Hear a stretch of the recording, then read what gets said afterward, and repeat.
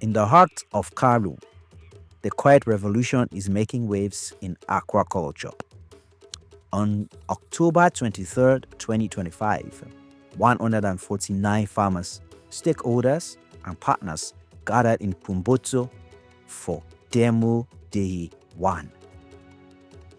Led by local farmers, the day featured hands-on demonstration on water quality, feeding practices, record keeping, and more.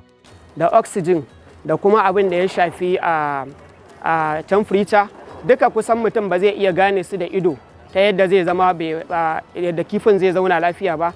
Ana amfani da na'ura kamar wannan wadda da ita ake amfani wajen auna shi wannan abubuwan da muka faɗa.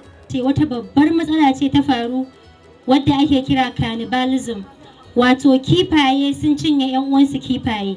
Kuma kifaye suna cinye 'yan uwansu kifaye ne a bisa dalilai da dama. Misali, rashin sorting. Shi yasa zan yi magana akan sorting yanzu.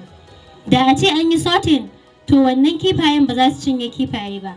Banks, feed companies, and government actors joined to strengthen access to finance, markets, and inputs. So ita ma takaful kalma ce ta Larabci, abinda take nufi contribution. Menene bambancinta da wancan shine bambancin conventional bank da non-interest. Conventional interest based, non-interest based. So insurer akwai element of interest a cikin su. Ita kuma takaful babu element of interest. Ya takaful take contribution ne. Demo Day 1 was only the beginning.